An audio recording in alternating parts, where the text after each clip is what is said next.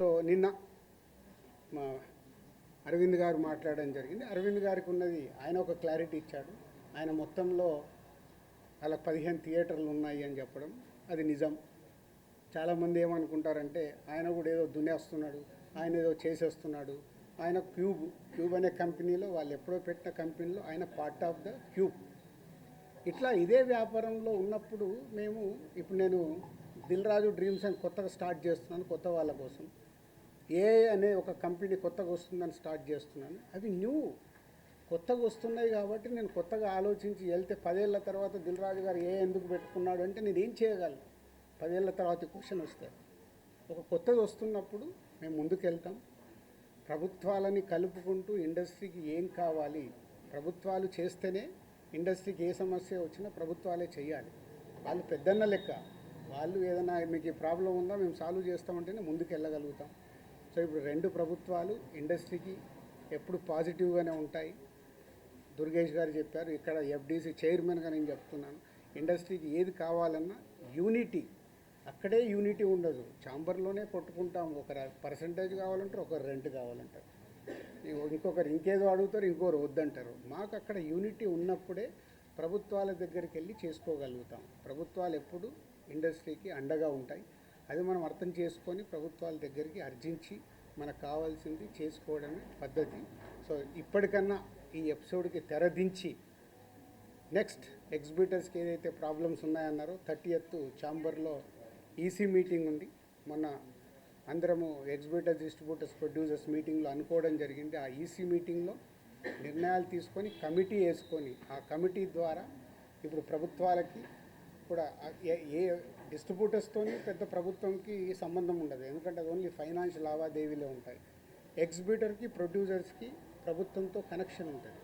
Producer అంటే cinema తీయాలి, వాళ్ళకి పర్మిషన్లు కానీ టికెట్ రేట్లు కానీ ఎక్కడైనా ఏదైనా ఈవెంట్ చేయాలంటే ప్రొడ్యూసర్కి కావాలి. ఎగ్జిబిటర్కి ఏమో ప్రతి సెంటర్లో వాళ్ళకి మొత్తం గవర్నమెంట్తో లింక్ అయి ఉంటాయి. ఈ 2 ఇంపార్టెంట్ టు కనెక్ట్ గవర్నమెంట్. వాళ్ళ ప్రాబ్లమ్స్ గవర్నమెంట్కి చెప్పి, తెలంగాణ గవర్నమెంట్ కానీ ఆంధ్ర గవర్నమెంట్కి కానీ మేము చెప్పి వాళ్ళ సమస్యలు సాల్వ్ చేయించి ముందుకెళ్తాం. సో ఇది మీరందరూ కూడా అర్థం చేసుకొని దీన్ని ఎలాంటి నెగిటివ్ పబ్లిసిటీ లేకుండా చేసి ఈ రోజుతో దీన్ని కన్క్లూడ్ చేస్తారని ఆశిస్తూ మీ అందరికీ ధన్యవాదాలు. వీటన్నిటి మీద క్లారిటీ వచ్చింది. అయితే ఆయన పవన్ కళ్యాణ్ గారు చెప్పింది ఏంటంటే ప్రభుత్వం ఏర్పాటైన ఇన్నాళ్ళకి కూడా ఫిల్మ్ ఇండస్ట్రీ నుంచి ఎవరు ముఖ్యమంత్రి గారిని కలవలేదు అనేటువంటిది కూడా ఒక విషయం క్లియర్గా ఆయన చెప్పడం జరిగింది. సో మీరందరూ కూడా ప్రభుత్వం ఏర్పడిన తర్వాత ఉప ముఖ్యమంత్రి పవన్ కళ్యాణ్ గారిని కలవడం జరిగింది. ఆయన కూడా మీ ఇండస్ట్రీ నుంచి వచ్చిన వారు కాబట్టి, కానీ ఆ తర్వాత కూడా ఎందుకని ఇనిషియేషన్ జరగలేదు ఛాంబర్ నుంచి కానీ మీ పెద్దల నుంచి? ఇప్పుడు మాకున్న కమ్యూనికేషన్ అదే. మళ్ళీ ఇప్పుడు పెద్దలు అని అంటే ఇండివిజువల్. మళ్ళీ ఇక్కడ ఏమవుతుందంటే నాకు ప్రాబ్లం ఉంటే నేను పరిగెత్తా, నాగవంశీకి ప్రాబ్లం ఉందంటే ఆయన పోయి టికెట్లు తెచ్చుకుంటున్నాడు, మైత్రోళ్ళకి ప్రాబ్లం ఉందంటే వాళ్ళు పోయి టికెట్లు తెచ్చుకుంటున్నారు. అంటే ఈజీ యాక్సెస్. నా ప్రాబ్లం కదా ఇది, నేనే వెళ్ళాలి కదని ఇండస్ట్రీ తరఫున డ్రైవ్ చేసి తీసుకెళ్లాల్సింది ఓన్లీ ఛాంబర్ ఆర్ ఇప్పుడు ఆర్టిస్టుల సైడ్ అంటే మూవీ ఆర్టిస్ట్ అసోసియేషన్. ఛాంబర్ ద్వారా అడిగితే 2 సార్లు మేము కలవడం జరిగింది. ఎఫ్డీసీ ద్వారా అడిగాము అపాయింట్మెంట్, మాకు ఇంకా అపాయింట్మెంట్ రాలేదనేది వాళ్ళ దగ్గరికి వెళ్ళి వచ్చింది. ఎందుకంటే నేను లాస్ట్ ఇయరే ఛాంబర్ ప్రెసిడెంట్. వన్స్ నేను ఛాంబర్ ప్రెసిడెంట్ నుంచి బయటకు వచ్చాక ఎఫ్డీసీ చైర్మన్ అయ్యాను కాబట్టి నా ఫోకస్ తగ్గింది. సో ఇక్కడ ఎఫ్డీసీ చైర్మన్ నా పనులు చేసుకుంటే ఫోకస్. మాకు ప్రాబ్లం ఉన్నప్పుడే ఛాంబర్కి వెళ్తాం. ఇది నిజం, దీంట్లో ఏం అబద్ధం లేదు. మాకు ప్రాబ్లం లేకుంటే ఎవ్వరము ఆ ఈసీ మీటింగ్కి వెళ్ళి అటెండెన్స్ వేసి బయటకు వచ్చేస్తాం. ఇప్పుడు కళ్యాణ్ గారికి ఏదైనా కోపం వస్తే పెద్దన్న అన్నాను కదా, పెద్దన్న తిడతాడు, పడతాము, ఏముంది. వాళ్ళ హర్ట్ అయ్యారు కళ్యాణ్ గారు, హర్ట్ అవుతూ మమ్మల్ని తిట్టే అధికారం వరకు ఉంది కదా, అట్లా ఆలోచిద్దాం. కళ్యాణ్ గారి గురించి నేను 22 ఏళ్ళ నుంచి చూస్తున్నాను. ఆయన కోపం వచ్చినప్పుడు ఆయన కోపపడేలాగా ఎపిసోడ్ జరిగింది, కానీ వారి సినిమానే టార్గెట్ చేశారనేది ఒక నెగిటివ్గా వారి దగ్గరికి వెళ్ళింది. అది కాదు ఇది ఇక్కడ జరిగింది. June 1 థియేటర్లు బంద్ అని మీరందరూ హెడ్లైన్స్ ఇవ్వడమే మేజర్ ప్రాబ్లం. అక్కడే ఒక సమస్య అండి. అక్కడే ఒక సమస్య. ఛాంబర్ సరిగ్గా ఎఫిషియన్సీగా రెస్పాండ్ అవ్వకపోవడం వల్లనే ఇది జరిగిందని మేమంటే దానికి మీ సమాధానం ఏంటి? నాకు తెలియదు కదా, నాకు తెలియదు. నేను ఇప్పుడు నీకు ఎలా నేను కన్క్లూజన్ ఇస్తాను?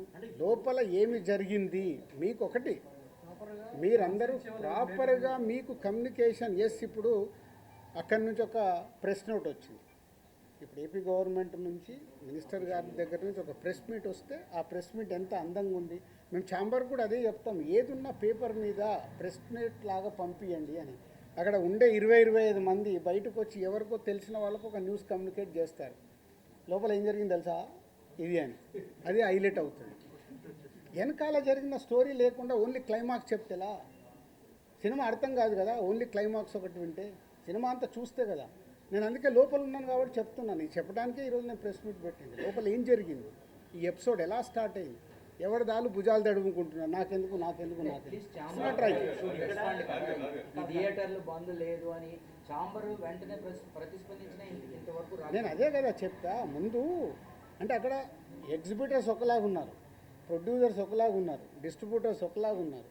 ఛాంబర్ ఏం చూస్తుంది, ఛాంబర్కి ఒక లెటర్లో క్లియర్గా ఉంది, కమ్యూనికేషన్ ఈజ్ ఇంపార్టెంట్. వాళ్ళు చేసుంటే ఇవి చర్చలు జరుగుతున్నాయి, చర్చలు ఫలించకుంటే, ఇది అండర్లైన్, చర్చలు ఫలించకుంటే వాళ్ళు థియేటర్లు మూసుకుంటామంటున్నారు. ఇది ఎక్కడుంది, జూన్ 1 థియేటర్ బంద్, జూన్ 1 థియేటర్ బంద్, జూన్ 1 ఇదే